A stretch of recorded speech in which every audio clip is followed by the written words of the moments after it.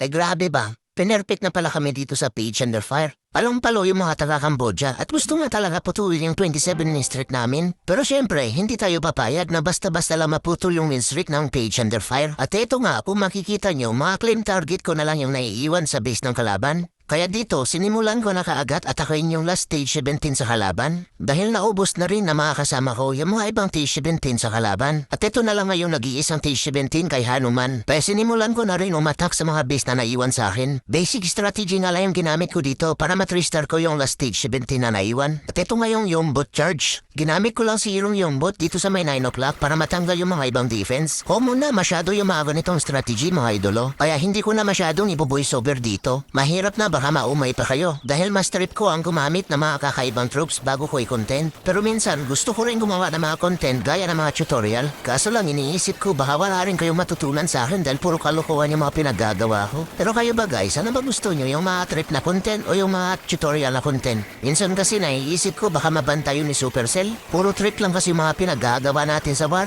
Pero hayaan na, dyan tayo masaya eh. At balik na muna tayo dito sa last defense at age 17 kay Hanuman. At na-restart ko na nga dito gamit yung Yombot Charge at Super Yeti. Ang problema nga lang, pinerfect na nga kami ng kalaban. Kaya kailangan natin seryoso sa attack doon sa mga naiwan base ng kalaban. Mahirap na, baka maputol pa yung misirik namin. At pinapanood na nga ako ng kalaban dahil wala naman online sa amin at meron nga ta kanina. Binabantayan siguro kami kung kaya ba naman i-draw yung laban. Kaya eto, simulan na natin magseryoso. Dahil nagluto na nga ako dito ng mga troops na gagamitin ko mula Stage 11 hanggang Stage 16. At dito nga sa Stage 11, yung main troops na ginamit ko, Super Barbarian. At ilang pirasong bungo na nakasaray sa tae. Bali, inaayos ko nga muna dito yung mga troops na gagamitin ko bago humatap. Kaya lumipat naman ako sa Stage 12. At dito naman ang ginamit ko, puro buteteng puti. Request na to ni Idol Lana Doneri. Namimiss niya na ata yung mga berdeng garapata, kaya pagbigyan na natin. Lumipat naman ako dito sa Stage 13. At dito nga, ang sinalang ko naman na mga troops, puro mga sisid marino. Magagaling sumisit to mga idolo, kaya minsan, subukan nyo rin gumamit ng mga ganitong troops. At lipat naman tayo sa Stage 14.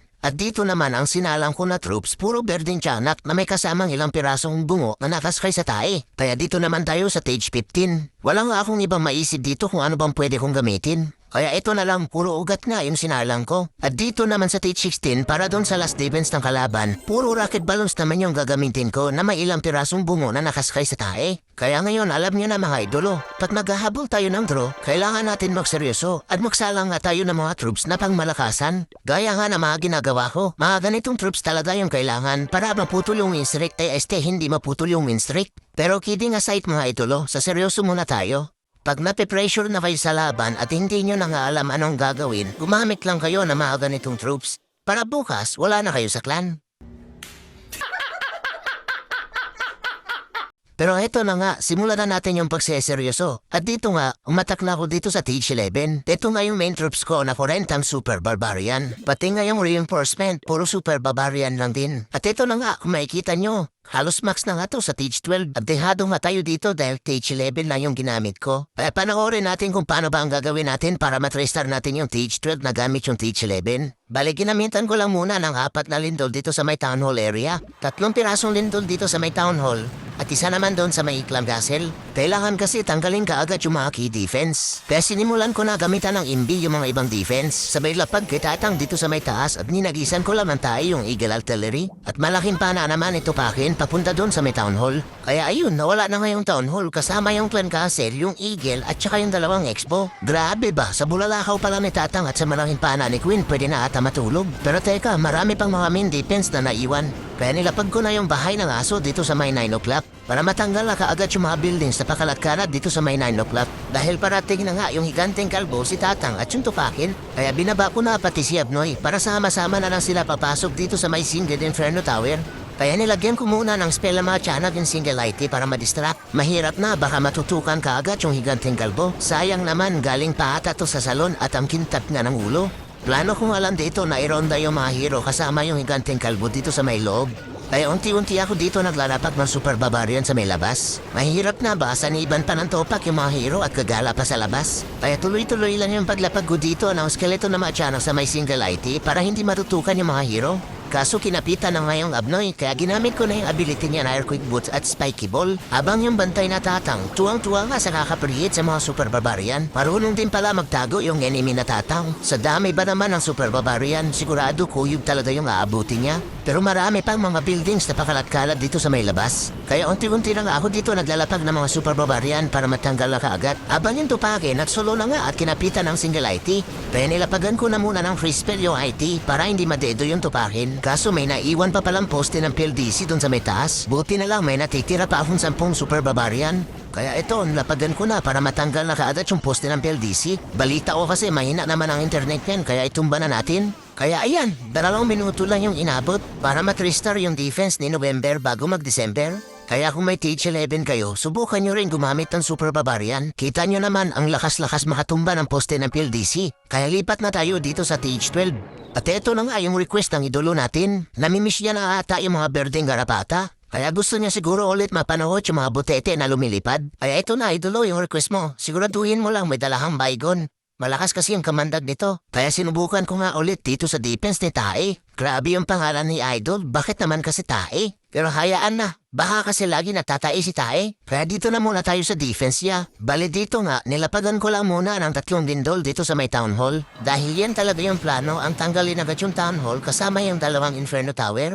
Pero naglapag na muna ako dito ng 1 buteteng puti para madistract yung single IT. Sabay lapag ko ito pa kay na Queen at ginamit agad yung malaking pana niya papunta dun sa may town hall. At dito ko naman nilapag yung Abnoy na BK para ma-take down niya na kaagad yung enemy Queen. Ginamit ko na nga kaagad yung ability niya na Earthquake Boots para makapasok siya papunta dun sa may enemy Queen.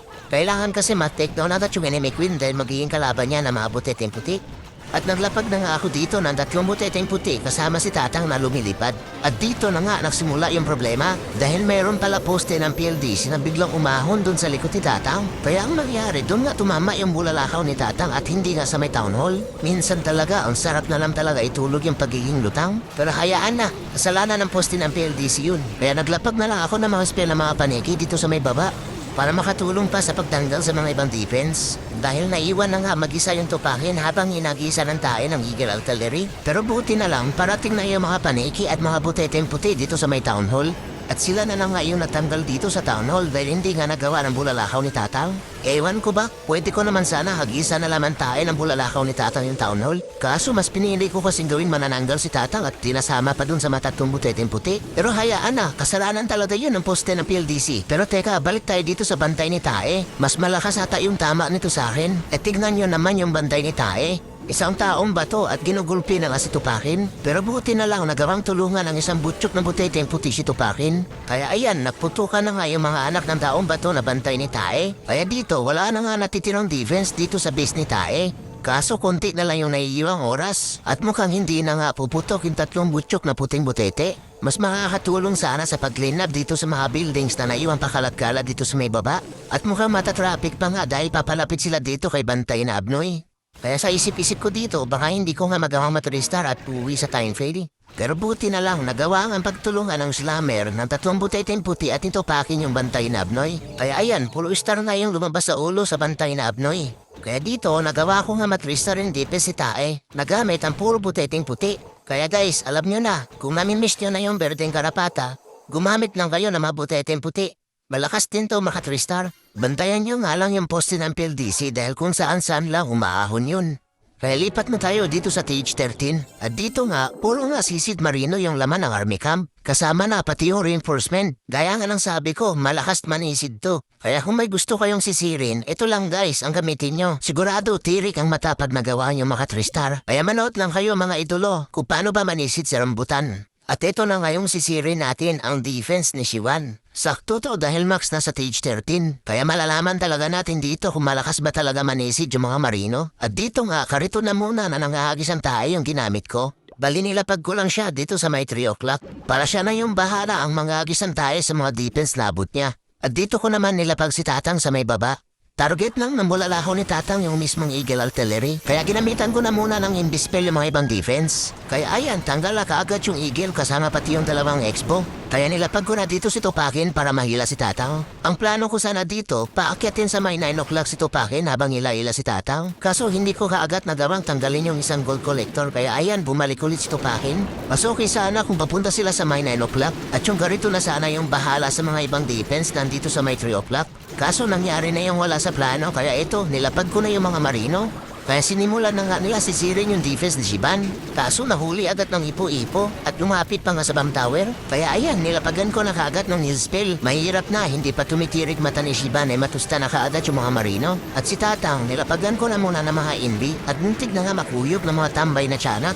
Kaya ayan, nagrambulan na nga muna yung mga marino at yung mga tambay na tiyanak. At yung Apnoy, ginamit ko na yung ability para makapasok ulit sa loob. Dapat Tatang pangalan nito Tanod dahil mahilig rumonda sa may labas. Pero hayaan na, dahil nagawa na nga tanggalin ng mga marino yung tano ni Shiban. Kaya ito na yung bidabidang yung bot. Nilapag ko na nga siya dito sa may baba para matanggal na yung mga poste ng PLDC na pakalat-kalat dito sa may baba. Habang yung karito na nangaagis ang tae, hindi na nga alam kung saan pupunta. Dahil inuunahan na nga siya ng mga marino na tanggalin yung mga defense na kailangan nagisa niya ng tae. Sayang yung mga tae ng kariton, ang baho pa naman yan at ang lakas makabasag ng mga defense. Pero hayaan na, gaya nga ng sabi ko, tingnan nyo naman, ang lakas manisit ng mga marino, kaya hindi na nga aabot ng 2 minuto para matristar yung defense ni Shiban. Kaya guys, alam nyo na, kung may gusto kayong patirikan na mata, ay matristar na base, bayahin nyo lang tong at ako para sigurado 3-star. Itim na lang. Pero teka, hindi pa tapos dahil may 3 base pa na kailangan matristar bago natin may tabla yung laban. Kaya dito naman tayo sa Stage 14. At dito nga, puro berdeng tiyanak naman yung ginamit ko na may ilang pirasong bungo na nakasakay sa tae. Pati yung reinforcement na dala-dala ko, puro berdeng tiyanak pa rin. Pinerpek na kasi kami kaagat ng mga kalaban, kaya mag-loots na lang muna tayo dito gamit itong mga berdeng tiyanak at ilang pirasong bungo na nakasakay sa tae. Ang ganda pa naman ang plano ko dito dahil bala ko lang tanggalin yung Eagle at yung dalawang Expo. Nagamit nga lang yung bulalakaw ni Tatang. Tapos ilalapag ko lang sa Tupakin para mahila si Tatang at papasok na lang sila dito sa may scatter shot. At gaya nga ng sabi ko, mag-loots lang muna tayo gamit yung mga berdeng tiyanak. Kaya ganito nga yung nangyari. Piso malala, yan ang napapala ng kakatreat natin sa mga base. At buti na lang walang nakalood. Pero hindi guys, talagang nag-loots lang talaga ako doon. Kaya ito, take 2 tayo. Lumipat na nga ako sa isang Stage 14 ko. At dito nga, puro butiki nga yung laman ng army camp. Pero syempre, hindi yan yung gagamitin natin. Dahil pinerfect na nga kami na mga kalaban at kailangan nga natin magseryoso. Kaya ito, tinanggal ko na yung mga laman ng army camp na mga butiki at yung mga spells. Dahil sa seryoso tayo, magsalang tayo ng bungo na nakasakay sa tae at mga berdeng tiyanak. Kailangan kasi natin mag-loots mga idolo para mahabol natin yung score ng kalaban at pinerpeg na nga kami. Kaya ngayon, alam niyo na, kung kailangan nyo maghabol ng score, gamitin nyo lang itong mga berdeng tiyanak para bukas wala na kayo sa clan. Pero teka, balik na tayo dito sa defense ni Mabens. Dahil binaba ko na nga dito si Tatang sa may 3 o'clock. At ganun pa rin yung plano, tatanggalin ko lang yung Eagle kasama pati yung mga Expo. Kaya ginamitan ko lang ng Imbispel yung mga ibang defense. Kailangan kasi natin tanggalin kaagad yung Eagle Artillery para hindi tayo mahirapan mag-loots gamit yung mga berdeng tiyanak. Pero binaba ko na muna si Tupakin para mahila na si Tatang. Kaya sinimulan ko na nga dito mag-loots gamit yung mga berdeng tiyanak at nilalapag ko lang dito sa may mga resources. Binibilisan ko nga dito maglapag para makarami ako ng loots. Mahirap na, baka bumalik yung isang spectator kanina. Umalis na siya kaagad kanina dahil siguro nakita niya yung troops ko na puro berdeng tiyanak at wala nga siguro akong gagawin matino kundi mag-loots lang kaya umalis na lang siya. Kaya balik na muna tayo dito kina Tatang kasama yung Abnoy at yung Tupakin. Binuksan ko na nga yung pader dito para makapasok sila sa loob at matanggal yung scatter shot na kanina pa sila sinasampal. Pero lumabas na uli yung Abnoy at tinamon na siya ng suntukan na mga tambay na tiyanak. Kaya ayun, pinagtatagaan muna ni Abnoy habang sinusunog ng mga salamangkero. Kawawa naman yung mga tambay na tiyanak, hindi man lang nakaporma. Pero meron pa pala ilang grupo na nakatago dito sa may Wizard Tower at kinukuyob na nga si Tatang. Kaya ginamit ko na yung ability ni Abnoy na earthquake boots para mabuksan pa yung pader. Dahil lumabas na nga yung bantay ni Mabens na mga Barbie at isang taong bato. Kami yata yung pinagtitripan ng mga taga-Cambodia. E tingnan nyo naman, puro taong bato yung mga laman ng army camp. Pinerfect na kakatat yung mga defense namin. Tapos, puro taong bato pa pala yung laman ng clan castle nila. Aba, ayos din yung crepe. Palakasan pala ng crepe yung labanan. Kaya syempre, hindi tayo magpapatalo. Kaya mag-loots lang muna tayo gamit yung mga berdeng tiyanak dito sa defense ni Mabens. At ewan ko na lang kung anong iisipin ng leader nila pag napanood niya to. dahil pinagtripan ko lang naman yung 6 na base na naiwan sa kanila. Pero teka, hindi pa pala natin 3-star in defense ni Mabens, kaya balik na muna tayo dito sa mga hero. Bali, inaantay ko lang matanggal na mga hero yung 2 elixir storage. At saka ko naman ginamit yung mga naiwang Verdenciana dito sa mga defense na pakalat-kalat sa may baba. Kaya dito, nakuha ko nga lahat ng resources dito sa defense ni Mabens. At hindi lang yon, may kasama pang ang bonus dahil nagawa ko nga 3-star. Nagamit nga lang yung mga Verdenciana at ilang pirasong bungo na nakasakay sa tae. Pero hindi mga idolo, dots lang talaga yung habol ko dito. Chamba na lang yun na nagawa kong 3-star in defense ni Mabens. Kaya last 2 base na lang at dito na nga tayo sa stage 15. At wala na nga akong ibang maiisip na magandang troops na pwedeng gamitin para mahabol pa yung score ng kalaban. At gaya nga nung sabi ko, kailangan natin magseryoso kaya ito, puro ugat nga yung laman ng army camp. Ang alam ko kasi malakas talaga makabasag to ng pader. Kaya ito na lang nga yung naisip kong gamitin para mahabol natin yung score at maubos natin yung mga pader. Ay mali, yung score pala yung habol namin, hindi yung pader. Pero teka, balik na tayo dito sa base ni Batana. Target kong alam dito na matanggal kaagad yung clan castle ni Batana. Mahirap na kasi baka taong bato na naman yung laman ng army camp. Ang kunat pa naman nun at hindi nga kayang lusawin ng muriatic acid. Ay ayan, tinanggal ko na kaagad gamit yung bulalakaw ni Tatang para wala nang lalabas na taong bato. At inaantay ko na nga lang dito na matanggal ni Tatang yung isang archer tower at isang cannon bago ko nilapag yung tupakin para mahila si Tatang at papuntahin sila sa may 9 o'clock. Dahil ang plano, papapasukin ko lang yung mga ugat kasama yung mga hero papunta dito sa may monolith. Kaya binaba ko na yung bahay ng aso dito sa may 9 o'clock para matanggal na kaagad ng 2 robot at ng mga salamangkero yung mga buildings na pakalat-kalat dito sa may 9 o'clock.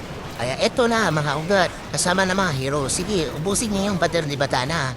Bahala na kung hindi 3-star in defense ni Batana. Importante, maubos natin yung pader gamit yung mga ugat. Malakas kasi yung trip ng mga taga-Cambodia, kaya ito, pagtripan din natin yung pader ni Batana. At wag na muna natin isipin yung score dahil importante, ang goal natin dito, maubos yung pader ni Batana.